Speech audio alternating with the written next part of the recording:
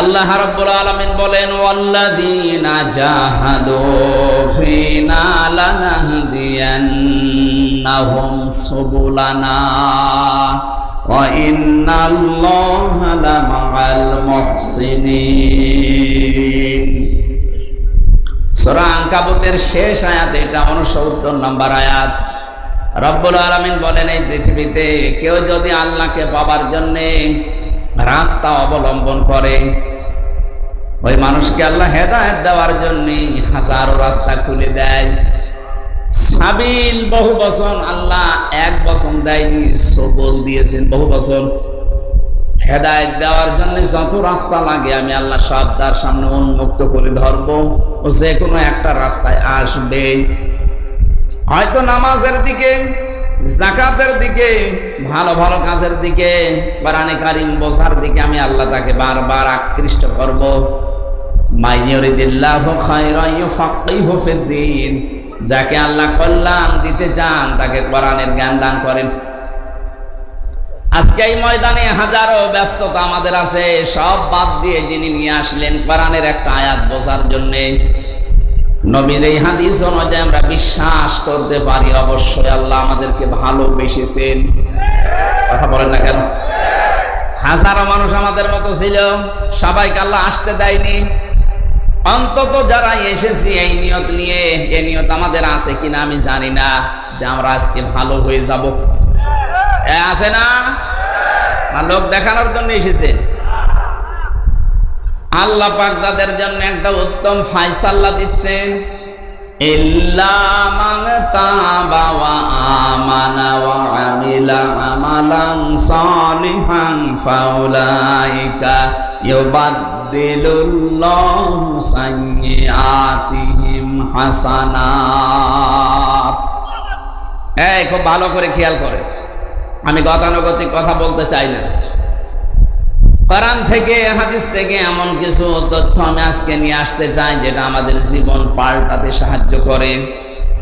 আল্লাহ বলেন, যে ব্যক্তি ঈমান আনার পরে তাওবা করার নিয়ত করে, আমি আল্লাহ তার পেছনের অপরাধগুলো শুধু মাফ করে দেই না, ওই জায়গাটা মাফ করার পরে ফাঁকা করে ওখানে নেকি দিয়ে ভরাট করে দেই। ইউবাদদিলুল্লাহ দিয়েছেন, বাদদালা ইউবাদদিলু তাবদিলান, পরিবর্তন করে দিচ্ছে এবং ভবিষ্যতেও দেবে। একটু খেয়াল করেন তো, প্রথম শব্দটা ইল্লা মান তাবা। এই কি এখানে সমস্যা কি?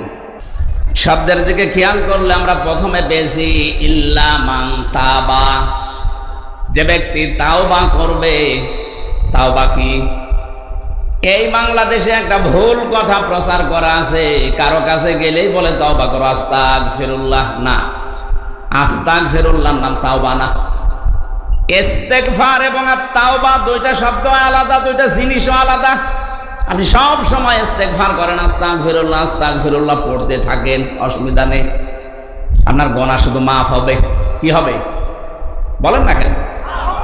কিন্তু কেউ যদি তাওবা করতে চায়, আজকে আমরা এসেছি শুধু গুনাহ মাফ করার জন্য না, এসেছি আজকে তাওবা করার জন্য।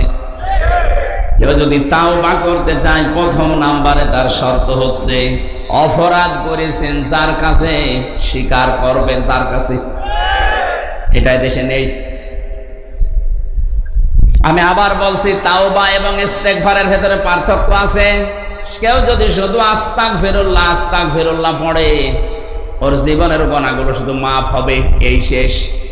কেউ যদি তাওবা করে, ওর জীবনের গুনাহ আল্লাহ শুধু মাফ করবে না, পেছনের ওই জায়গাটা মাফ করে দিয়ে পুরা জায়গা নেকি দিয়ে পাল্টিয়ে দেবে। তাওবার প্রথম শর্ত বললাম, অপরাধ যার কাছে স্বীকার করবেন। এই তাওবা বাংলাদেশে নেই কেন? এই যে এখন 2-3 দিন শুনছি বিভিন্ন দেশের মোড়লদের কাছে, যিনি পালিয়ে গেছেন উনি এখন বিভিন্ন দেশে ধর্ণা দিচ্ছে যে আমি নির্বাচিত ছিলাম, আমাকে উৎখাত করা হয়েছে। এটা যে তাহা মিথ্যা কথা। আপনি একটা হাসি মানুষ এ কথা বলতে পারলেন? কথা মিথ্যা কথা না? সাধারণ কেউ যদি বলতো তো আমরা কিছু বলতাম না। আপনি একটা হাসি, মিথ্যা কথা বলেন কি করে? আপনি নির্বাচিত ছিলেন, এ কথা শয়তান কেউ যদি বলেন, শয়তানও বিশ্বাস করবে না। যদি ঘোড়াকে বলেন যে 15 বছর যারা ছিল ওরা কি নির্বাচিত, ঘোড়া দাঁত বের করে হাসবে। আপনি ঘোড়া নিয়ে আসেন, দেখেন ঘোড়া হাসে কিনা। নির্বাচিত আপনি ছিলেন না, কারণ নির্বাচিত হওয়া লাগে যে পদ্ধতিতে, ওর নাম নির্বাচন। এটা আমি বানালাম। সূরা হজের ৭৮ নম্বর আয়াতের মাঝের অংশে আল্লাহ নিজে জানিয়েছেন, হুয়া জিলতাবাকুম ওয়া মা জাআলা আলাইকুম ফিদ-দীনি মিন হারাজ। তিনি সে আল্লাহ যিনি তোমাদেরকে নির্বাচিত করেন। এজিতেবা মানে নির্বাচিত করা। তাহলে নির্বাচিত করার দায়িত্ব কার? কোন পদ্ধতিতে? নির্বাচন। নির্বাচিত যে মানুষ হয় কিসের মাধ্যমে? নির্বাচনই তো 15 বছর ছিল না, আপনি নির্বাচিত দাবি করেন কি করে? নির্বাচন যদি হইতো তাহলে আমি এই 15 বছরে অন্তত একবারও ভোট দিতে পারতাম। আমার তো এখন 33 বছর, তার মানে 18 বছর থেকে যদি ভোট দিয়ে আরম্ভ করতাম তো 3 বার আমি দিতে পারতাম। আমি একবারও পারলাম না। আপনি ভোট দেওয়ার আগেই ডিক্লেয়ার দিয়ে দেন যে 154 জন আমরা হয়ে গেছি, কিসের নির্বাচিত আপনি? দ্বিতীয় নম্বরে দিনের ভোট আপনি রাতে করে ফেললেন। এগুলোই তো চলছে, কথা বলেন না কেন? এটা যে বাস্তবে হয়েছে তার প্রমাণ আমার কাছে এক ওসি ছিল জেলখানায়। ও বলছে আমি যে কিছুদিন আগে জেলে এসেছি, গত নির্বাচনটা আমি করে দিয়েছি। কিভাবে করলেন? রাত 12টার পর থেকে আমার আন্ডারে যারা কাজ করে তাদেরকে নিয়ে আল্লাহর নামে আমি ভোট কাটা আরম্ভ করলাম। হ্যাঁ, একেবারে যে কোরআন শরীফ আমার সামনে এইভাবে বলছি, আল্লাহর নামে আমি আরম্ভ করলাম ভোট কাটা। আমার যা দলবল আছে সব নিয়ে ফজর পর্যন্ত কাজ কমপ্লিট করে বাক্স ভর্তি করে করে জায়গা মতো পাঠিয়ে দিলাম। ফজরের সময় গোসল করলাম, ওযু করে 2 রাকাত নামাজ পড়লাম, তাওবা করলাম, আস্তাগফিরুল্লাহ। হুজুর আমার তাওবা হয়েছে না, এটা তো তাওবা না, এটা আস্তাগফিরুল্লাহ, এটা ইস্তেগফার। এটার নাম কি?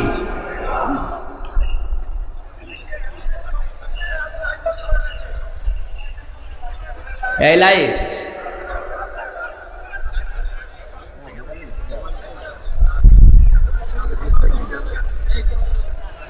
কিছু মানুষের আসলে কমন সেন্স নেই। আমি একটা গুরুত্বপূর্ণ বিষয়ে প্রবেশ করছি আর ওখান থেকে লাইট মারছে, কি ডাক?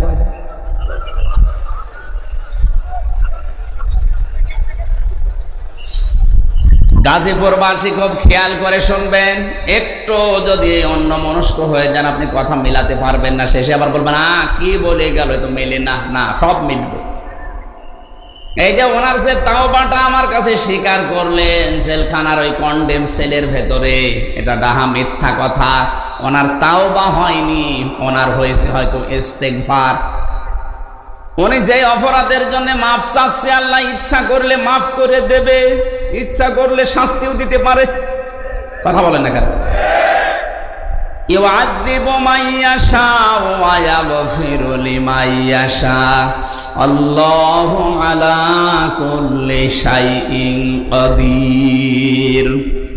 আল্লাহ বলেন আমি যাকে ইচ্ছা শাস্তি দিতে পারি, যাকে ইচ্ছা মাফ করে দিতে পারি। সব কিছুর উপরে ক্ষমতা চলে কার? আরো জোরে।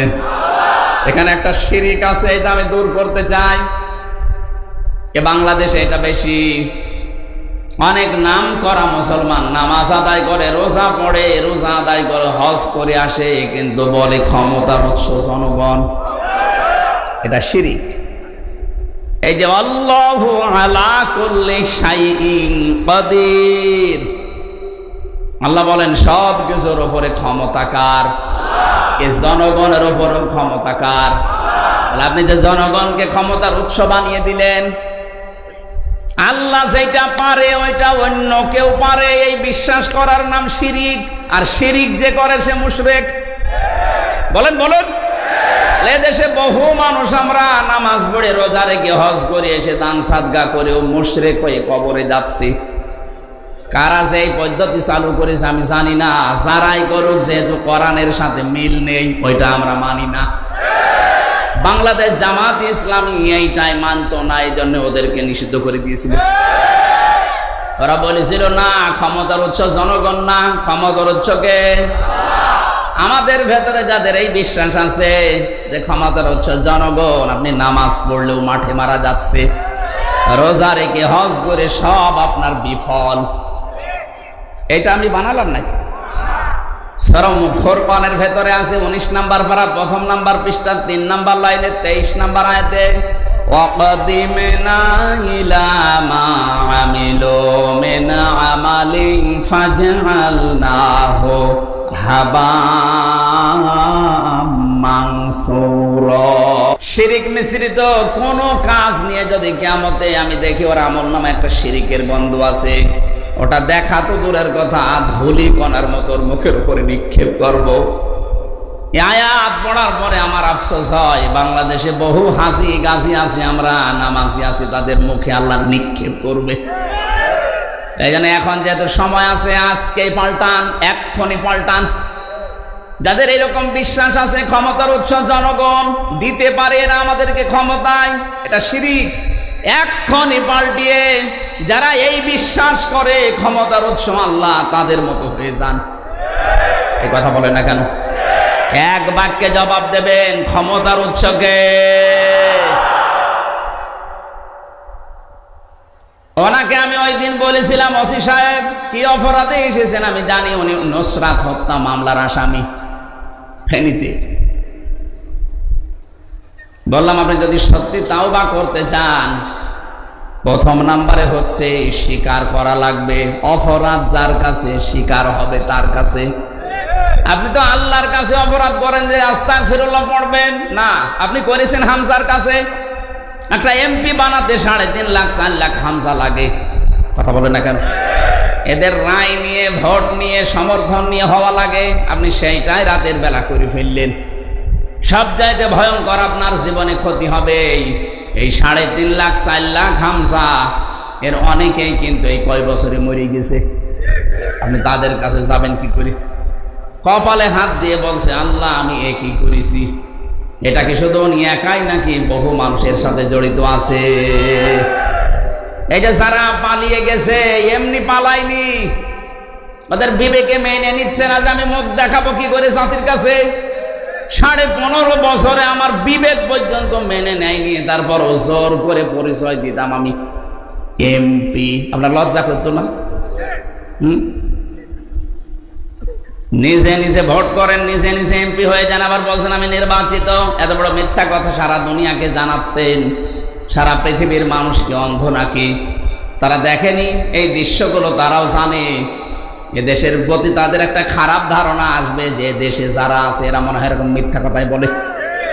আমি বাইরের বহু দেশ ঘুরেছি, কয়েকদিন আগে আমি সিঙ্গাপুর, মালয়েশিয়া সহ কয়েকটা দেশ ঘুরলাম। ওই সমস্ত দেশে ওরা আল্লাহ বিশ্বাস করে না, দেখেছি সিঙ্গাপুরে, কিন্তু মিথ্যা কথা বলে না। আপনি দেখবেন ওরা মিথ্যা কথা বলে না। আরে যাহা মিথ্যা কথা সারা দুনিয়া সেখানে জানে, দেশে 15 বছর কোনো নির্বাচন হয়নি। আর আপনি এখন যদি বিশ্বের মোড়লদেরকে মিথ্যা কথা শোনান, সারা দুনিয়ায় প্রমাণ হয়ে যাবে যে বাংলাদেশে যারা আছে ওসব মিথ্যাবাদী। আপনি আমাদেরকে মিথ্যাবাদী প্রমাণ করতে চাচ্ছেন, এই কথা বলছেন না কেন? রমজানে গিয়েছিলাম ওমরায়, মদিনা থেকে আবু জেহেলের কবর পর্যন্ত যাবার জন্য একটা গাড়ি ভাড়া করলাম। মদিনার স্থানীয় ড্রাইভার, ভাড়া মিটিয়ে বললাম ভাই কত দেরি হবে আসতে। এবার আমারে বলছে ইয়া হাজিউল হজ্জা তাই না বিলাদুকা। ও হাজি দেশ কোথা? আমি যে তুমি বাংলাদেশ। বাংলাদেশ থেকে এসেছি। বলছে হারামি। হারাম মানে? আপনাকে বলি নাই, আপনার দেশে যে মহিলা আছে ওই মহিলা হারামি। তো ঠিক আছে, আপনি গালি দেন, আপনি গালি দেন, আমারে আরো দরকার হয় ধার করেন, আমিও শুরু করছি।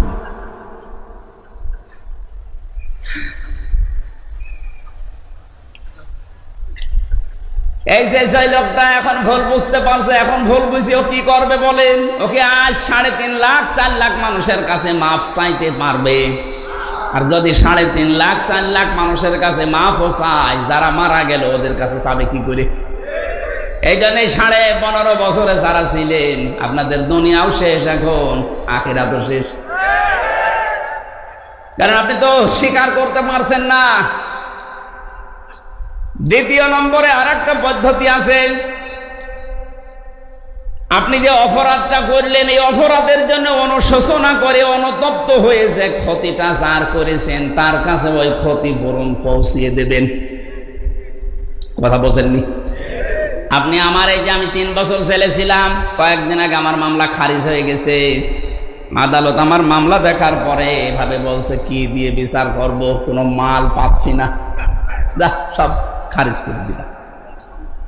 বলেন তো আদালত এই যে আমাকে নির্দ্বিধায় সব মামলা থেকে অব্যাহতি দিয়েছে, একেবারে বেকসুর খালাস, আমার কোনো দোষ পাইনি, আমি নিরপরাধ নির্দোষ। কথা বলেন না কেন? এরপরও যারা 3.5 বছর আমাকে আটক করে রাখলেন ফাঁসির এই কন্ডেম সেলের ভেতরে, আমার বাবার কাছ থেকে আমার পরিবার থেকে প্রায় 30 থেকে 32 লক্ষ টাকা আপনারা খেয়েছেন। এখন আপনি বসে বসে বলবেন আস্তাগফিরুল্লাহ, আল্লাহ মাফ করে দেবে। আল্লাহকে আপনার মতো আপনি কি দোষ করেছেন আল্লাহর কাছে? দোষ করেছেন হামজার কাছে? আগে আমার বাবার ওই টাকাগুলো ফেরত দেন। আমার মতো 3 বছর ফাঁসির কন্ডেম সেলে যোগাযোগ বিচ্ছিন্ন থাকেন, তারপরে আস্তাগফিরুল্লাহ পড়ে। এই জন্য 15.5 বছর যারা জুলুম, অত্যাচার, নির্যাতন, গুম, খুন, আয়না ঘরের সাথে জড়িত, তাদের একটা রাস্তা আছে মাপ পাওয়ার। যার কাছে এই 15 বছরে যা যা করেছেন তার ওই ক্ষতিপূরণ দেবেন। আপনার কারণে অনেকের ব্যবসা বন্ধ হয়ে গেছে, কথা বলে না কেন? তার ব্যবসা আগে খুলে দেন। কাউকে চাঁদাবাজি করেছিলেন, ওই চাঁদার টাকা ফেরত দেন। কাউকে মিথ্যা মামলা দিয়ে 15 বছর ঘরে থাকতে দেননি, আগে ওই ক্ষতিপূরণ দিয়ে আসেন। কাউকে খুন করেছেন, গুম করেছেন, আয়না ঘরে রেখেছেন, আপনাকে ওইরকম রাখা হবে? আমি মাত্র 10 দিন ছিলাম, আমি মাঝে মাঝে দেখতাম এই যে এত বড় বড় নখ হয়ে গেছে, কেউ 8 বছর, কেউ 10 বছর, কেউ 14 বছরও আছে, এত বড় বড় নখ হয়ে গেছে, চুল দাড়ি গোপ মনে হচ্ছে বোন থেকে বেরিয়ে আসতেছে। মাটির নিচে যখন আমার নিয়েছে, তো মাঝে মাঝে আমি দেখেছি এই নখ দিয়ে অনেকে দেওয়ালের সাথে এভাবে এই যে খুশিয়ে খুশিয়ে মোবাইল নাম্বার ছোট্ট ছোট্ট করে লিখেছে। ভাই, বাইরে যদি যেতে পারে একটু জানাবেন যে আমি বেশি আছি।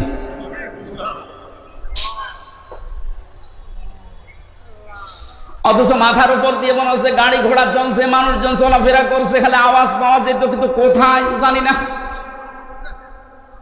আমরা 11 ঘন্টা টাঙিয়ে রেখেছিল, মাথায় দড়ি দিয়ে, কালো কাপড় চোখ বেঁধে, পেছনে হাত বেঁধে দিয়েছে হ্যান্ডকাপ দিয়ে, ডান্ডা বেরি পরিয়ে। ওরা নিজেরাও বলছে আপনার কোনো দোষ নেই, আমরা জানি, তো টাঙিয়ে রাখলেন কেন? আমার 4 ওয়াক্ত নামাজ ওরা পড়তে দেন, আমি আন্দাজে নামাজ পড়েছি, জানি না যে কোথায় আছি। খালি পানির আওয়াজ পাচ্ছিলাম, আমার মনে হয় যে মাটির নিচে কোনো জায়গায় পাশ দিয়ে মনে হয় কোনো ড্রেন মেন চলে গেছে। কিছু মানুষ যখন পানি ছাড়ে, ওই পানির কলকল করে আওয়াজ হয়, ওই পানির আওয়াজ পাচ্ছিলাম, চল চল চল চল। তাছাড়া কোথায় আছে আমি নিজেও জানতাম না। আপনি চোখ বেঁধে কালো কাপড় দিয়ে কোথায় নিয়ে যেতেন? আমার মনে হয় এই ঘরগুলো বাংলার বিভিন্ন জায়গায় আছে, এগুলো আবিষ্কার করা দরকার। আর যাদেরই এইভাবে আপনি 2 বছর, 5 বছর, 3 বছর, 7 বছর, 10 বছর, 14 বছর রেখে দিয়েছেন, আপনাকে এখন এরকম 14 বছর রাখা হবে। তারপরে আপনি আস্তাগফিরুল্লাহ পড়েন, আর কি করবেন? আপনার তাওবা চান। এবার একটা হাদিস বলছি, দেখেন তো। বিশ্বনবীর কাছে এক মহিলা এসে বলে, ইয়া রাসূলুল্লাহ, আমি যুবতী মানুষ, জিনা করে ফেলেছি। খুব ভালো করে শুনবেন, আমি জিনা করে ফেলেছি, আপনি দয়া করে আমাকে মুক্ত করেন এই পাপ থেকে। এই পাপ নিয়ে আমি মারা যেতে চাই না, কারণ আমি জানি 3টা অপরাধের শাস্তি আল্লাহ ডবল করে দেবে। কয়টা? পৃথিবীতে যদি কেউ 3টা অপরাধের সাথে জড়িত থাকে, তাকে আল্লাহ শাস্তি দেবে, একটা না, ডবল। ইউবাআফু লাহুল আযাবু ইয়াউমাল কিয়ামাহ ওয়া ইয়াখলুদ ফীহি মুহানা।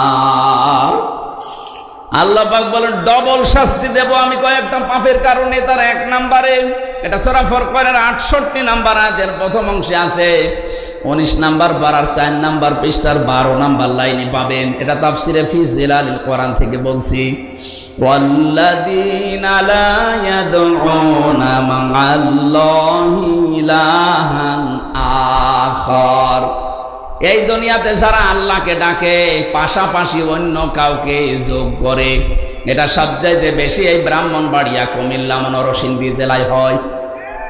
আল্লাহকে ডাকতেছে, মাঝে মাঝে আল্লাহ আল্লাহ করার পরে ইয়ালি বাবা, শাহ আলী বাবা, কেল্লা বাবা, একথা বলছেন। এই তাহেরি ভাই জিকির করে না? এটা যেহেতু রেকর্ড হচ্ছে, সারা দেশে যাবে, ওর কানেও যাবে। আপনি মানুষকে গোমরাহ করে জাহান্নামে নিয়ে যেতে পারেন না। এটা আমাদের দেশের লোক আপনাকে দেয়নি অধিকার। আপনি নিজে জাহান্নামে যেতে চান, যান। কিসের সুন্নি নাম নিয়েছেন, এগুলো সব ভণ্ডামি। সুন্নতের কোনো বালাই নেই, আন্দাজে সুন্নি নাম নিয়েছে। এই জন্য ভণ্ডামি গুলো করে মানুষকে যারা শিরিকের দিকে আহ্বান জানিয়ে নিজেও জাহান্নামে যাচ্ছে, আরো জনগণ নিয়ে যাচ্ছে, এরা তো না বুঝে যাচ্ছে। এই জন্য বিবেক বলছিলাম না, আলোচনার বিষয়টা এমনি বলি নাই, বিবেক কাজে লাগাবেন। আজ আমি তো কোরআন থেকে দলিল দিচ্ছি, মা আল্লাহ, মা মানে সঙ্গে, মা মানে আল্লাহর সাথে যারা সঙ্গে যারা অন্য কাউকে ডাকে, আপনি কোন কারণে ইয়া আলী বাবা, শাহ আলী বাবা, কেল্লা বাবা, ফতে বাবা, কোন কারণে জিকির করবেন? আপনার তো জিকির হবে কার নামে? আরো জোরে। এবার আর একটা দলিল বলছে সূরা আরাফের 180 নম্বর আয়াতের মাঝে এটা আছে, আলিল্লাহিল আসমাউল হুসনা ফাদউহু বিহা ওয়া যারুল্লাযীনা ইউলহিদুনা ফি আসমাই। আমি আল্লাহর অনেক সুন্দর সুন্দর নাম আছে, যে নামে পারো আমাকে ডাকো। হ্যাঁ, আপনি আল্লাহ আল্লাহ বলেন, এরপরে আপনি ইয়া রহমান, ইয়া রহিম, ইয়া কুদ্দুস এভাবে ডাকেন।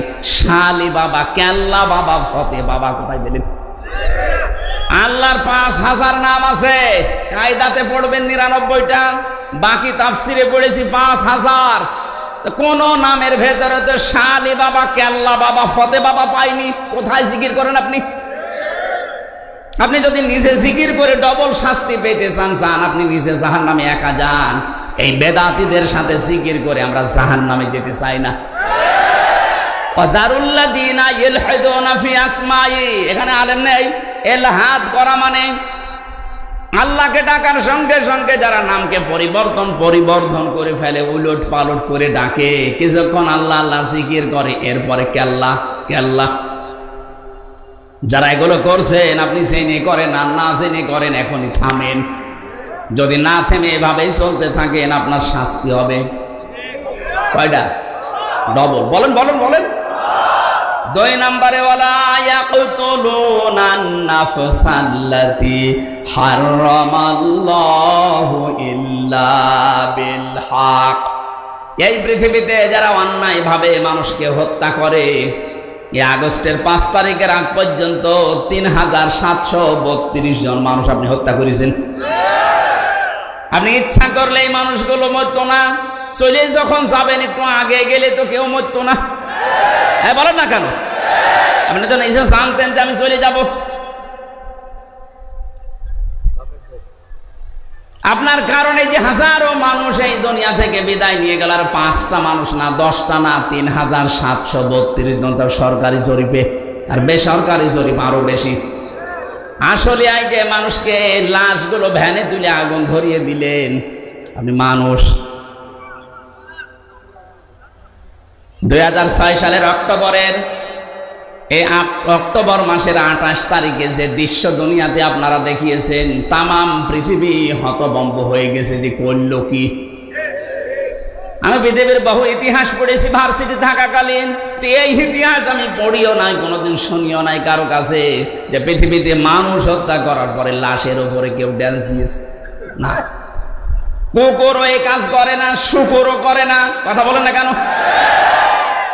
এমনকি কাক পাখি যেটা আমরা দেখতে পারি না, কাক, ওই কাকের জীবনী পড়বেন আপনি, সূরা মায়েদার ভেতরে আছে 27, 28, 29, 30, 31 নম্বর আয়াতের ব্যাখ্যায়। কাক কি করেছিল? হযরতে হাবিল এবং কাবিল তাকে হত্যা করার পরে আদম নবীর এই সন্তানদেরকে, এক সন্তান আর এক সন্তানকে হত্যা করার পরে তখন অনুশোচনা আসছিল যে আমি করলাম কি করবো আমার ভাইকে। এখন দুইটা কাক আল্লাহ পাঠিয়ে দিলেন। একটা কাক মারামারি করে আর একটা কাকের সাথে মারা গেছে, কিন্তু লাশের উপরে কাক ড্যান্স দেয়নি। এটা ইবনে কাসিরে আছে। কাক তো ওই হত্যা করার পরে আর একটা কাকের উপরে নাচানাচি করতে পারতো, ড্যান্স দিতে পারতো, কথা বলেন না কেন?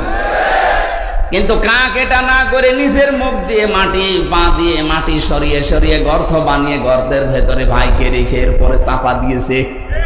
হযরত আদমের সন্তান কাবিল চিন্তা করে, কি করলাম আমি, কে কাকের চাইতেও অদম হয়ে গেলাম নাকি? এটা পৃথিবীর সর্বপ্রথম মানুষ হত্যার ইতিহাস। এই জন্য দুনিয়াতে যত হত্যা হবে তার একটা পার্সেন্টেজ এই কাবিলের আমলনামায় যাবে। কিয়ামতে আল্লাহ হত্যার বিচার দিয়ে শুরু করবেন বিচার। আমার মনে হয় যদি হত্যার বিচার দিয়ে বিচার শুরু হয়, কাবিলের বিচার যেমন করা হবে কিয়ামতে কোটি কোটি মানুষের সামনে, যিনি পালিয়ে গেছে তারও বিচার আল্লাহ কিয়ামতে করবে। মানুষ হত্যার বিচার একটা না ডবল? বলেন বলেন, ডবল বিচার হবে। 6 সালের পরে 7 সালে তখন আমি দাখিল পরীক্ষা দেই, ম্যাট্রিক পরীক্ষা।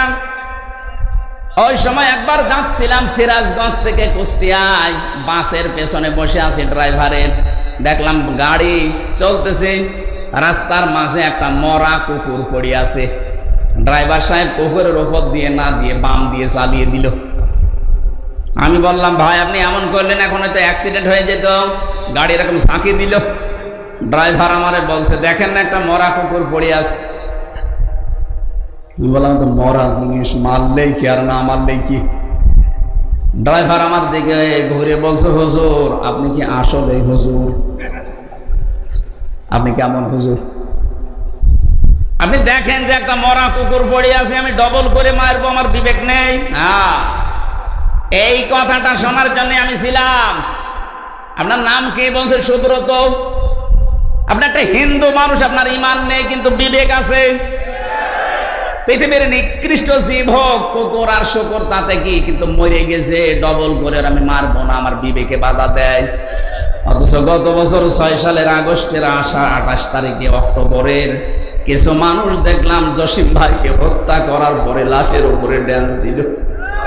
আর এইটার জন্য যিনি দায়ী, যিনি হুকুম দিয়েছিলেন সারা দেশ থেকে নিয়ে আসলো কি বইটা,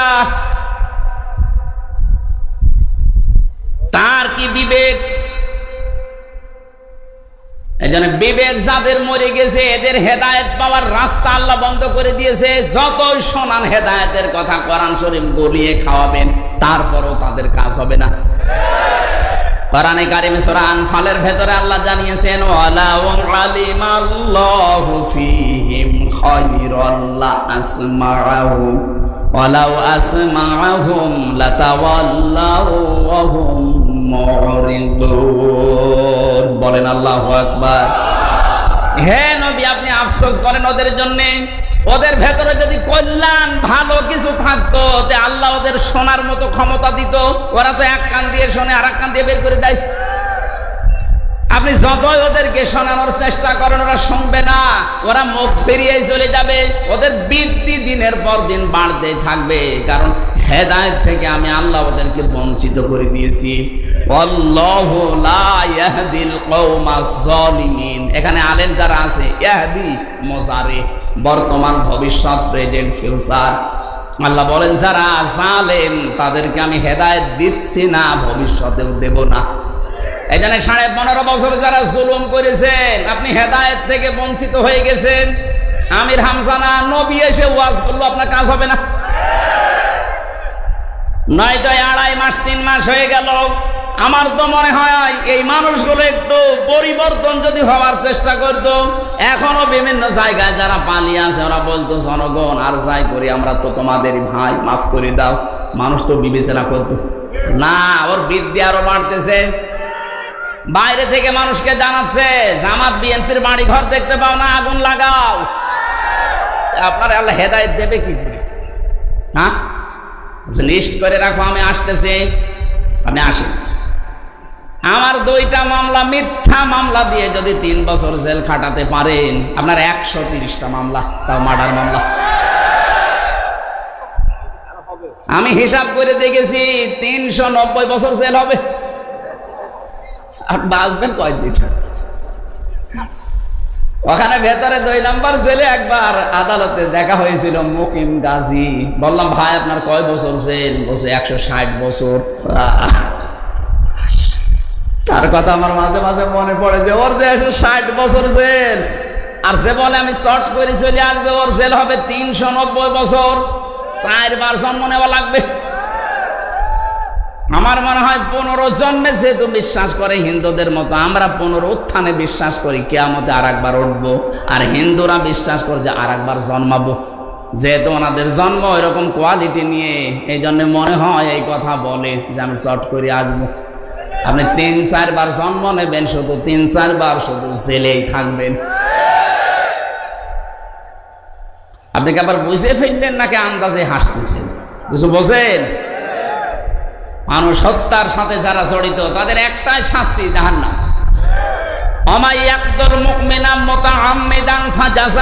জাহান্নাম। আল্লাহ বলেন, যে ব্যক্তি কোনো মুমিনকে হত্যা করে তার প্রথম শাস্তি সে জাহান্নামে যাবে। খালিদান ফিহা, চিরদিন থাকা লাগবে। এতটুকু আল্লাহ শেষ করেননি, ওয়া'আদ্দালাহু আযাবাম মুহিনা আযাবাম আযীমা। তাদেরকে আমি আল্লাহ রেডি করে রেখেছি যন্ত্রণাদায়ক শাস্তি দেব। এই জন্য যারা মানুষ হত্যার সাথে জড়িত তাদের শাস্তি কত? Double double. বলেন, আরো জোরে বলেন। 3 নম্বরে বলা, জেনা করা যাবে না। যারা জেনা করে এই মানুষগুলোর শাস্তি হবে ডবল। অথচ এই 1500 বছর পরে 2024 সালে এসে দেখলাম বুড়ো জেনাখোর বেড়ে গেছে। আমি নাম নিয়েই বলছি, যে মানুষগুলো এখন ধরা পড়ছে, এদের যে ভিডিও ক্লিপগুলো এখন বের হচ্ছে এগুলো তার মিথ্যা না। এক একজনের বয়স দেখেছেন, কারো 70, কারো 75, কারো 90 বছর।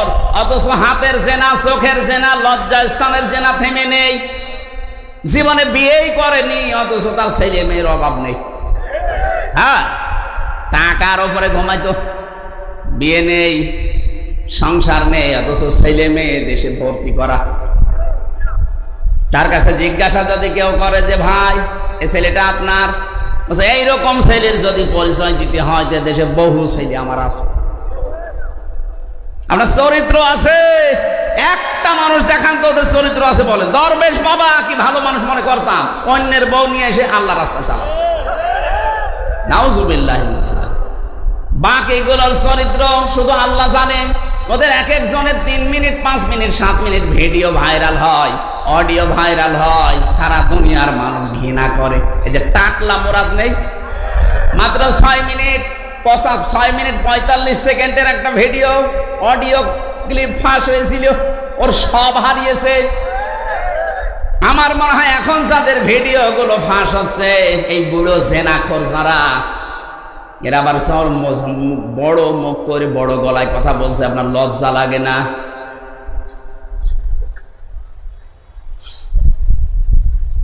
জেনা যারা করছেন এখনো থামবেন আপনি।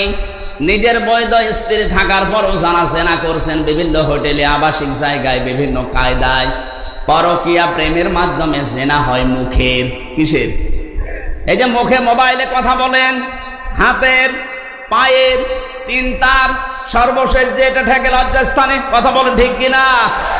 এই জেনা গুলো যারা আছেন, ওয়ালা তাকরাবুজ জিনা ইন্নাহু কানা ফাহিশাতাও ওয়া সাআ সাবিলা, জেনার ধারে কাছেও যাবে না। কে বলছেন? এটা নিকৃষ্ট গর্হিত কাজ। অথচ এইটা দিয়ে পুরা সমাজ আমরা ছেয়ে ফেলেছিলাম। জেনার মার্কেট বসিয়েছিল এদেশে। জেনা করছে কিছু বলা যাবে না। আমি বহু মানুষকে পেয়েছি, ওরা আবার ফতোয়া নিত, হুজুর একটু হালকা করেছি, কিছু না। নাউজুবিল্লাহ। এক যুবক এসে বলে, হে রাসূল, আমি সব আপনার মেনে নিতে পারি, কিন্তু আমাকে একটা পারমিশন দেওয়া লাগবে যে আমি জেনা করব। সাহাবীরা বলে হুজুর একটু অনুমতি দেন, ওরা আমরা পিটাই। নবীজি বললেন দাঁড়াও। বিশ্বনবী তাকে বললেন দেখো তুমি যে কাজ করতে চাও, যার সাথে করবা সেই মেয়েটা কারো মেয়ে হবে না। তোমার মেয়ের সাথে এই কাজ করলে তোমার কেমন লাগবে? আমার জীবন চলে যাবে, আমি এই কাজ আমার মেয়ের সাথে করতে দেব না। তোমার মেয়ের সাথে কাজ করতে দেবে না, অন্যের মেয়ের সাথে করলে তার খারাপ লাগবে না? লোকটা এবার শেষে বলে হে রাসূল, আমি বুঝে ফেলেছি আপনি আল্লাহর পাঠানো নবী। আহ্বান জানাচ্ছি বড় ভালোবাসা নিয়ে। যাই করেছেন এই জেনা, হাতের হোক, মুখের হোক, চোখের হোক, দিমাগের হোক, লজ্জাস্থানের হোক, এক্ষুনি থেমে যাবেন।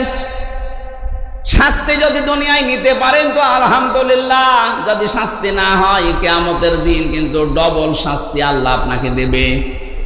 মেয়েটা বলছিল হে রাসূল, আমি তো করেই ফেলেছি, আমি জানি জেনার শাস্তি ডবল হয়, আপনি আমাকে তাড়াতাড়ি মুক্ত করেন।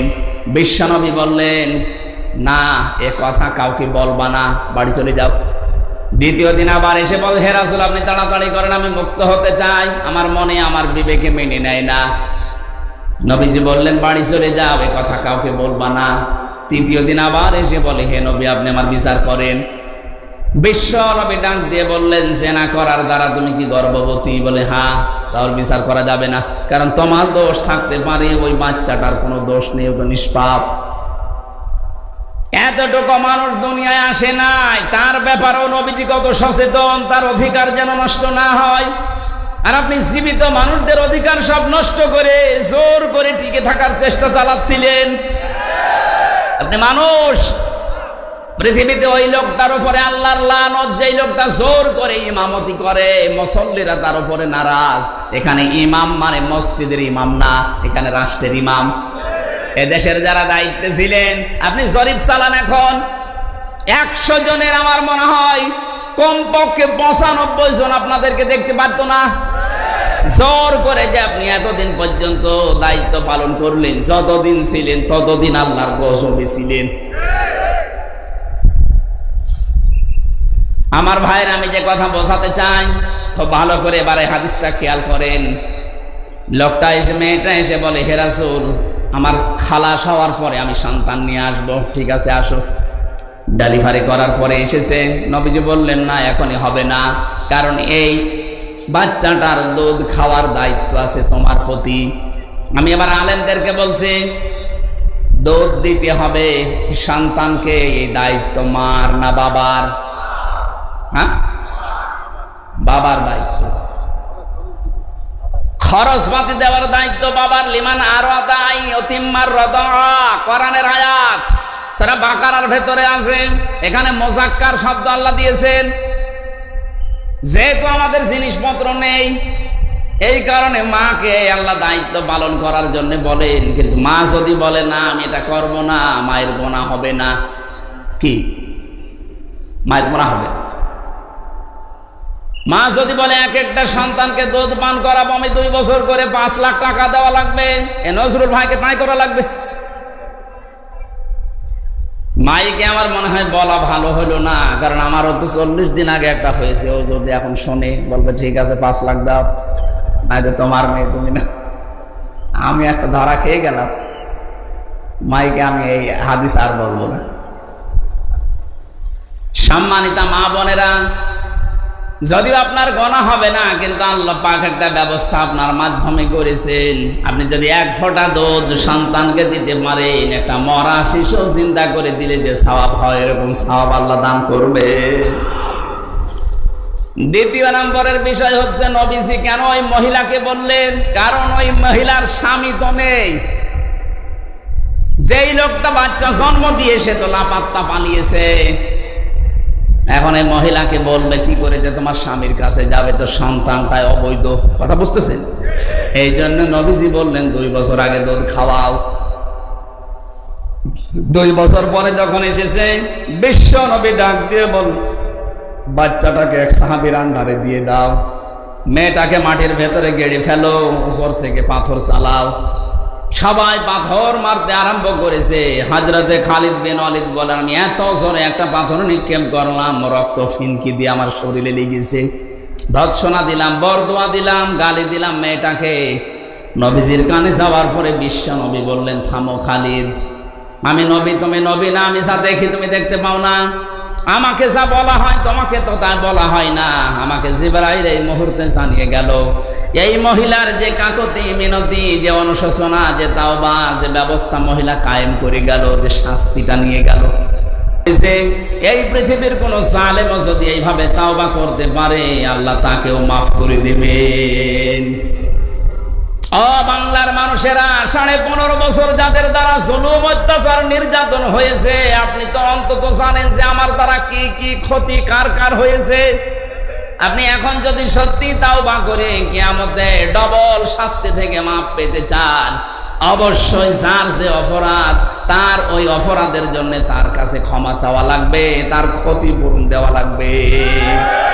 ওই মহিলা যেমন দুনিয়ায় শাস্তি নিয়ে গেল, কিয়ামতে ওই বিচার আর আল্লাহ করবে না শেষ। আপনিও তো এরকম জেনা করেছেন, আপনি চুরি করেছেন, কথা বলেন না কেন? আপনি চাঁদাবাজি করেছেন, মানুষকে ঘরে থাকতে দেননি, মিথ্যা সাক্ষী দিয়েছেন,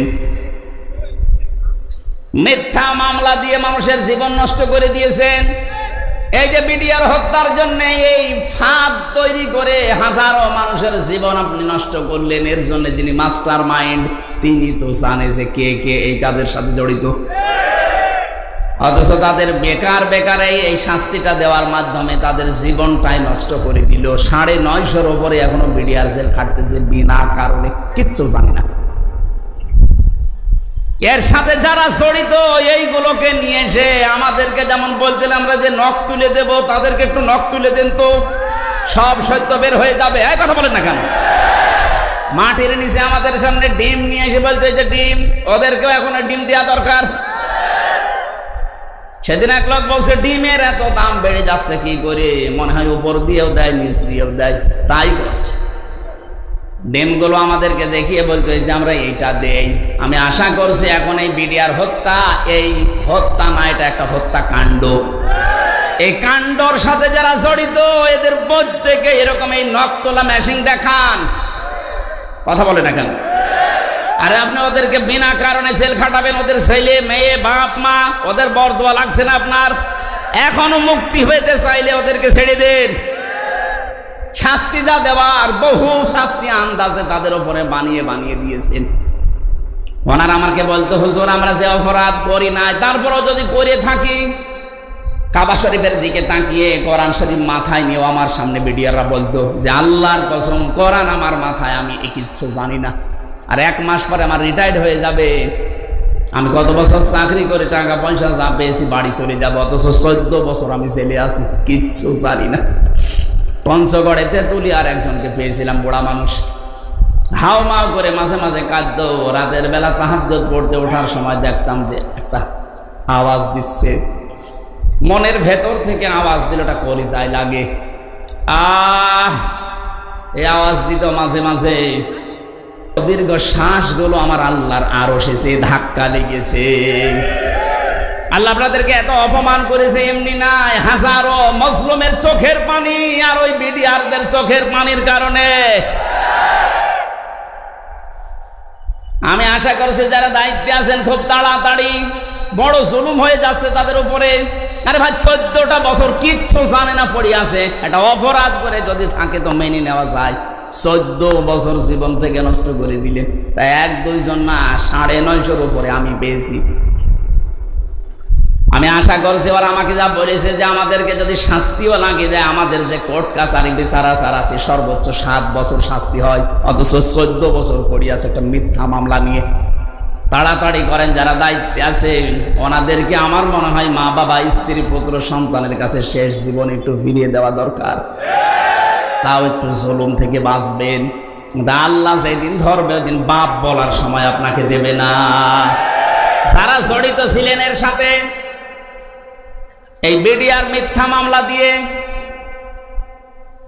বহু অপরাধ যারা করেছিলেন, আমি আবার বলছি যে যেই অপরাধ করেছেন ওই অপরাধের জন্য ওই শাস্তি আগে দুনিয়ায় নিয়ে যান, এরপরে বলেন যে আস্তাগফিরুল্লাহ, মাফ হয়ে যাবে।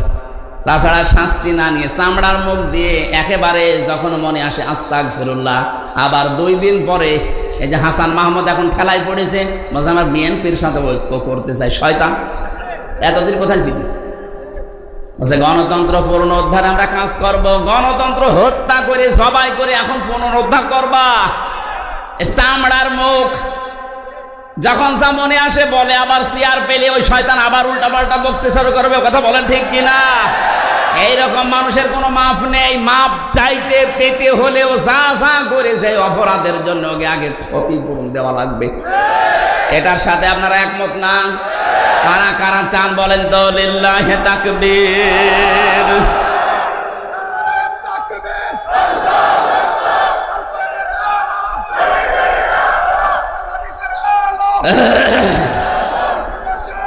আলহামদুলিল্লাহ ভাই, আমি যেটা বোঝাতে চেয়েছি এতক্ষণ পর্যন্ত ডালপালা তৈরি করে আমার মনে হয় আপনি বুঝে ফেলেছেন। তাওবা করার নিয়ত যাদের, প্রথম শর্ত হয় আপনাকে বলা লাগবে যে হ্যাঁ আমি ভুল করে ফেলেছি, আমরা অপরাধী। দ্বিতীয় নম্বরে অনুশোচনা অনুতপ্তের মাধ্যমে যার যে ক্ষতি করেছেন তার সেই ক্ষতিপূরণ দেবেন। 3 নম্বরে জীবনে আর এরকম কোনোদিন করব না, এরকম মন মানসিকতা নিয়ে যেখানে বসতে পারেন, আমি গ্যারান্টি দিচ্ছি সূরা ফুরকানের আয়াত অনুযায়ী একটা অপরাধ আল্লাহ বাকি রাখবে না। বাড়ি যাওয়ার আগে সব অপরাধগুলো পাল্টিয়ে নেকি দিয়ে ভরাট করে দেবে। আল্লাহ আমাদেরকে যেন আজকে এটা দান করেন, বলেন আমিন। কোরআনে কারীমের সূরা আরাফের 179 নম্বর আয়াতটা পড়েছি। আমরা তাফসীর আকারে কিছু কথা বলি, এরপর এখনো 2 জন মেহমান আছে। আজকের মাহফিলটা মিস্টেক হয়ে গেছে, আমার একটু দূরে যাওয়া লাগবে তো, কালকে অনেক দূরে, এই জন্য আমি খুব তাড়াতাড়ি করছি। আর একটা অনুষ্ঠান আছে, আপনারা অনেকে মনে করছেন 2-3টা করে করে। আরে ভাই, বাধ্য হয়ে করা লাগছে, আমিও পারছি না, আপনারাও ছাড়ছেন না। আল্লাহু আকবার, এরকম হয়ে গেছে। আমার শরীর ভালো না, ডাক্তার বলেছে রাত 10টার পর আজ জেগে থাকবেন না, যেভাবেই হোক ঘুমিয়ে পড়েন, নাই তো যা হয়েছে আপনার শরীরে এই 3টা বছরে, একে তো স্বাভাবিক হতে অনেক সময় লাগবে। ডায়াবেটিস এখন 19, আমার শরীর চলে না, অথচ ডায়াবেটিস হয়ে গেছে। এই জেলখানায় 3টা বছরের ভেতরে বহু রোগ আমার শরীরে বাসা বেঁধেছে। আমার ঘুমাতে হবে, জানে গরু দিয়ে আপনি চাষ করে খাবেন, গরুই যদি মরে যায় তা আমার তো কিছুদিন বাঁচিয়ে থাকা দরকার না? আমরা কোরআনে কারীমের সূরা আরাফ আলোচনার বিষয় বলেছিলাম বিবেক। কি বললাম? আল্লাহ তাআলা ইরশাদ দিচ্ছেন, ওয়ালাকাদ যারানা লি জাহান্নামা কাসীরাম মিনাল জিন্নি ওয়াল ইনস। আমি বহু জিন আর মানুষ বানিয়েছি, এই জন্যে তাদেরকে জাহান্নামে দেব। প্রশ্ন আসতে পারে, আল্লাহ যেহেতু কাসীর শব্দ দিলেন যে বহু জিন আর মানুষ জাহান্নামে দেবে, আবার বলার আগেই গ্যারান্টি দিলেন ওয়ালাকাদ, অবশ্যই। তাহলে আমাদের দোষ কি? আমাদেরকে আল্লাহ জাহান্নামে দেবে বলেই বানিয়েছে, তা আমাদের দোষ কি? হ্যাঁ, দোষ আছে। এরপরে আল্লাহ 3টি ইন্দ্রিয় শক্তির কথা জানিয়েছে। এই 3টি ইন্দ্রিয় শক্তি যাদের আছে, এগুলো যারা কাজে লাগাবে না, ওই মানুষগুলোকে আল্লাহ জাহান্নামে দেবে। বলেন নাউযুবিল্লাহ। 1 নম্বরে আপনি দেখেন তো আপনার আছে কিনা, লাহুম কুলুবুল লা ইয়াফকাহুনা বিহা। তাদের কলব আছে, হৃদয় আছে, কিন্তু অনুধাবন করে না। এই যে আপনার বিবেক আছে, কমন সেন্স আছে, কিন্তু আপনি চিন্তা ভাবনা নেই। বিবেকটা কাজে লাগাবে না যারা, তারা রাস্তা পাবে না। যারা বিবেক কাজে লাগাবে, আল্লাহ তাদের জন্য রাস্তা খুলে দেবে। জোরে বলেন সুবহানাল্লাহ। আজ আমাদের বিবেক কাজে লাগছে না। একটা বারের জন্য যদি কাজে লাগাতাম যে আমি কি ছিলাম, এই যে বলছিল না নজরুল ভাই, যে বীরজ থেকে শুরু করে আজকে হামজা আল্লাহ বানিয়েছে, আমি কিছুই ছিলাম না, উল্লেখ করার মতো কিছু ছিলাম।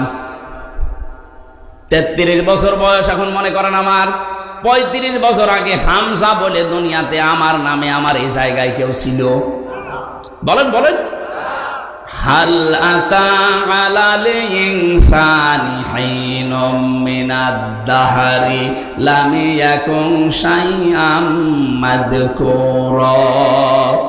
মানুষের জীবনে কি এমন সময় আসে নাই যে সময় সে উল্লেখ করব এরকম কিছু ছিল না? আবার এমন সময় আসবে তাকে উল্লেখ করাও হবে না। আজ থেকে 500 বছর পরে আপনার নাম নিশানা কেউ নেবে না, আপনার নামে কেউ সিনিয়র দেবে না। কথা বলে না কেন? আমার 500 বছর লাগবে না, আজ থেকে 100 বছর পর এই যে নজরুল ইসলাম 100 বছর পরে যদি আবার ওনার বাড়িতে ঘুরে এসে বলে আমি কিন্তু এই বাড়ির মালিক ছিলাম 100 বছর আগে, ওনার নাতি যারা, নাতির নাতি যারা, তারা বলবে ভণ্ডামি করা জায়গা পান না। কিসের নজরুল আপনি বলেন তো বাস্তব কিনা? অথচ নিজে এই বাড়ি বানানোর জন্য মাথার ঘাম পায়ে ফেলেছে, কত হক আল্লাহর নষ্ট করেছে, জনগণের হক নষ্ট করেছে, মা বাবার হক নষ্ট করে এই বাড়ি ঘর বানিয়েছে, চাকরি বাকরি ব্যবসা বাণিজ্য করে। সেই লোকটাই মাত্র 100 বছর পরে আসতেছে, অথচ ওনার নিজের ছেলে নাতি তারা বলছে না কে আপনি। এটা বলবে কিনা বলেন? কথা বলেন না কেন? এইটা হচ্ছে দুনিয়া। আল্লাহ জানা বলছেন বিবেক কাজে লাগাও। হাত্তা ইদা জাউহা ফতিহাত আবওয়াবুহা وقال لهم خزنتها ألم يأتكم رسل منكم يتلون عليكم آيات ربكم وينذرونكم لقاء يومكم هذا। সূরা জুমারের ভেতরে আল্লাহ জানাচ্ছেন জাহান্নামের দরজার কাছে মানুষগুলো যখন যাবে, ফেরেশতা মালিক দরজা খুলে দেওয়ার পরে ওদেরকে প্রবেশ করানো হবে। এই বিষয়টা আমি জেলখানায় যাবার পরে টের পেয়েছি। আল্লাহ জাহান্নামের কথা যেখানে কোরআনে দিয়েছেন সেখানে বলেননি যে জাহান্নামের দরজা খোলা থাকবে না। জাহান্নামের দরজা সব সময় বন্ধ থাকবে। যখন কেউ প্রবেশ করবে, শুধু প্রবেশ করবে, সঙ্গে সঙ্গে আবার আটকিয়ে দেবে। আমি এটা জেলখানায় গিয়ে দেখেছি, আয়াতটা মিলে গেছে। জেলখানায় যারাই যায়, সে যত বড় লোক হোক, ওকে ঢোকানোর পরে আবার মেন গেট তালা লাগিয়ে দেয়। কথা বলে না? কিন্তু জান্নাতের কথা যত জায়গায় আছে সেখানে কিন্তু তালা লাগিয়ে দেয়, এ কথা নেই। হাত্তা ইদা জাউহা ওয়া ফুতিহাত আবওয়াবুহা وقال لهم خزنتها سلام عليكم طبتم فادخلوها خالدين। আল্লাহ জাহান্নামের কথার 2 আয়াত আগে জানাচ্ছিলেন, 2 আয়াত পরে বলেন জান্নাতে যারা যাবে এই মানুষগুলোর জন্য আগেই জান্নাতের দরজাগুলো খোলা থাকবে। সুবহানাল্লাহ বলতে পারবেন না? জাহান্নামের দরজা সব সময় বন্ধ থাকে, কেউ ঢুকলে খোলে আবার বন্ধ করে দেয়, জেলখানার মতো। আর জান্নাতের দরজা সব সময় উন্মুক্ত থাকবে, একটা দুইটা না, 70,000 গেট আপনার জন্য আল্লাহ বানাবে, যদি আল্লাহকে ভয় করার নীতি অবলম্বন করে দুনিয়ার জীবন কাটাতে পারেন। আল্লাহ তুমি আমাদেরকে এই আয়াতের ভেতরে শামিল করো, বলেন আমিন। দরজায় যিনি দাঁড়িয়ে আছে মালিক, তিনি বলবে আলাম ইয়াতিকুম রাসূলুম মিনকুম, তোর কাছে কি রাসূল যায়নি? ও যদি বলে না আমি রাসূল পাইনি 1400 বছর পরে আমি, আরে তোর কাছে রাসূল যায়নি মানে রাসূলের নায়েব আমির হামজা যায়নি? কথা বলেন না কেন? এই যে রাসূলুন এখানে বহু বছর, এই জন্য আল্লাহ 1 বছর দেয়নি রাসূল, রাসূলুন। আলাম ইয়াতিকুম রাসূলুম মিনকুম, তোদের কাছে কি হামজা যায়নি, তয়ব যায়নি?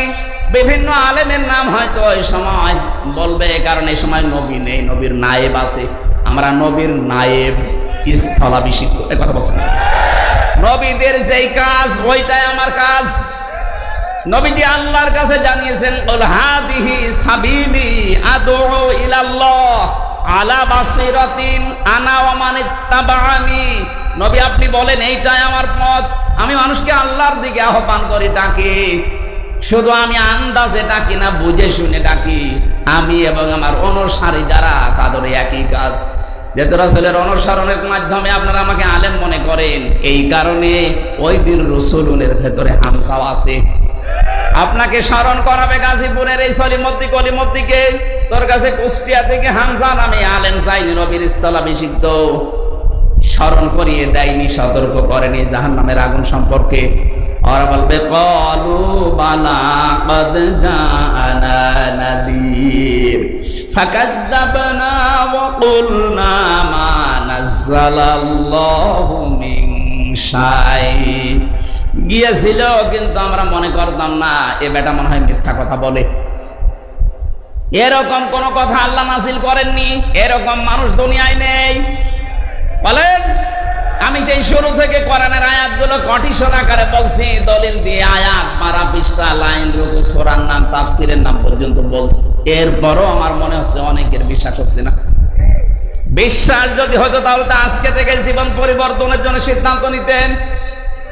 শেষে ওই মানুষগুলো এই কথা বলতে বাধ্য হবে, অকালু লাউ কুন্না নাসমাউ আও নাকিলু মা কুন্না ফি আসহাবিস সাঈর। ওই সময় যদি কথাগুলো শুনতাম আর বিবেক যদি কাজে লাগাতাম তাহলে আজ জাহান্নামে সাইরে আসা লাগতো না। ফাতারাফু বিযামবিহিম ফাসুহকাল লিআসহাবিস সাঈর। নিজেরা তখন পাপের স্বীকৃতি দেবে, হ্যাঁ আমরা অপরাধী। তখন আপনি স্বীকৃতি দিয়ে এমন জায়গা যে শুধরাবেন, সেই রাস্তা আর খোলা নেই। সুতরাং ওখানে যেন চাওয়া না লাগে, বিবেকটা এই মুহূর্তে আমাদের কাজে লাগানো দরকার কিনা? আরো জোরে বলেন, দরকার কিনা? যাদের বিবেক আছে কিন্তু বিবেকে কাজ করছে না, আপনি মানুষের তালিকায় নেই। আল্লাহ বলেন উলাইকা কালানাম, এরা চতুষ্পদ জানোয়ার, বালহুম আদল। হ্যাঁ, আপনার গুলশানে বাড়ি থাকতে পারে, আপনি এই দেশের অর্ধেক জায়গার মালিক হতে পারেন। আল্লাহর ভাষায় যাদের বিবেক কাজে লাগেনি, এই 15 বছরে তো আরো বেশি কাজে লাগেনি। আপনি নিজে জানতেন যে আমি বিনা ভোটের এমপি, আপনার বিবেক মেনে নিত কি করে? বলেন না কেন? আপনার বিবেক মেনে নিত কি করে বলেন? আপনি তো নিজেই জানতেন যে আমি কয় নাম্বার এমপি, এরপরও বুক ফুলিয়ে আপনি বলতেন আমি এমপি। কিসের এমপি? আপনাকে আমরা ভোট দিয়েছি। এই যে বিবেক যাদের কাজে লাগলো না, এরা সারা দেশের অর্ধেক জায়গার মালিক হলে ওরা আল্লাহর কাছে জানোয়ার। আল্লাহ শুধু জানোয়ার বলেন নাই, বালহুম আদল বলেন, এর চাইতে এরা নিকৃষ্ট। উলাইকা হুমুল গাফিলুন, এরা গাফেল। এদের শ্রবণ শক্তি, এদের দর্শন শক্তি, এদের অন্তর কাজ করে না। ওয়াজআলনা লাহুম সামআ ওয়া আবসারা ওয়া আফইদা ফামা আগনা আনহুম সামউহুম ওয়ালা আবসারুহুম ওয়ালা আফইদাতুহুম মিন শাইইন ইয কানু ইয়াজহাদুন। এই মানুষগুলোকে আমি কান দিয়েছিলাম তোমাদের মতো, চোখ দিয়েছিলাম তোমাদের মতো, অন্তর দিয়েছিলাম, কিন্তু এদের কান চোখ অন্তরে কোনো কাজ হয়নি। ফাইন্নাহা লা তা'মাল আবসার ওয়ালাকিন তা'মাল কুলুবুল্লাতী ফিস সুদূর। এদের এই কান অন্ধ হয়ে যায়নি, চোখ অন্ধ হয়নি, বরং অন্তরে থাকা একটা কান আছে, চোখ আছে, এইটা ওরা অন্ধ করে ফেলেছে। নবীজি বলেন যারা গুনাহ করে, এই গুনাহ করার দ্বারা একটা করে কালো দাগ পড়তে থাকে অন্তরের উপরে, পড়তে পড়তে পুরা অন্তরটাই কালো হয়ে যায়। তখন ওর ভালো কাজও ভালো লাগে না, খারাপ কাজও ভালো লাগে না, সব সমান মনে হয়। দেখছেন না গতকালকে একজন ধরা পড়েছে মদের বোতল নিয়ে। এটা যে অন্যায় কাজ মুসলমানের দেশে, এটা যে বিবেক বহির্ভূত কাজ, আল্লাহ বিরোধী কাজ। উল্টা বলছে কি, আমার বাবার টাকা দিয়ে আমি মদ খাবো, তোর কি? তুই এটা আমেরিকা পেয়েছিস? 96% মুসলমান এখানে বাস করে। আল্লাহর নিষিদ্ধ কাজ, হারাম কাজ তুই জোর করে করবি, এই দেশে না চলে যা। কথা বলেন না কেন? যেখানে যাওয়া দরকার ওখানে যাই। এখানে আল্লাহর নিষিদ্ধ কাজ প্রকাশ্যে আমরা চলতে দিতে পারি না, তাহলে গজব নাজিল হবে।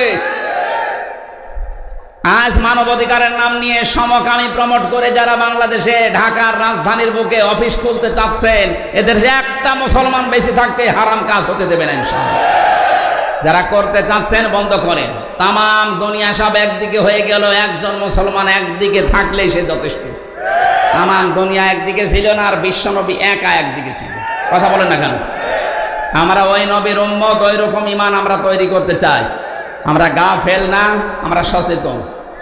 আল্লাহ আমাদেরকে এই আয়াতটা, আমাদের একটা বিষয়ের উপরে আমি অল্প কিছু কথা বলেছি, ওখানে যে রাত 9টায় উঠবো, আর সময় নেই। আজকের মতো শেষ করছি। আগামীতে যদি আসি ইনশাআল্লাহ মিস্টেক হবে না। কোনো সময় যদি এখানে আসি, একটা মাহফিল একদিনই, আল্লাহুম্মা আমিন। এখানে মোনাজাতের পরে নামাজ হবে, নামাজের পরে আলোচক উঠবে, লা ইলাহা ইল্লা আনতা সুবহানাকা ইন্নী কুনতু মিনাজ জালিমিন। আল্লাহুম্মা ইগফিরলি ওয়ারহামনি ওয়াহদিনি ওয়াফিনি ওয়ারযুকনি ইয়া রাব্বাল আলামিন। সারাটা জীবন অপরাধ করে জীবনটা নষ্ট করে ফেলেছি আল্লাহ। কোরআনে কারিমে তুমি বিবেক দিয়েছো আমাদেরকে, বিবেক কাজে লাগানোর কথা জানিয়েছো। যতদিন বেঁচে আছি বিবেকটা কাজে লাগানোর তৌফিক দাও। এ বিশাল আয়োজনে যারা শ্রম দিল আল্লাহ, এই মানুষগুলোকে খালি হাতে ফেরত দিও না। মেহেরবানি করে এই মানুষগুলোকে কোরআনের কবুল করে নাও। কোরআন প্রচার হবে বলে যারা 50,000, 1,00,000, 10,000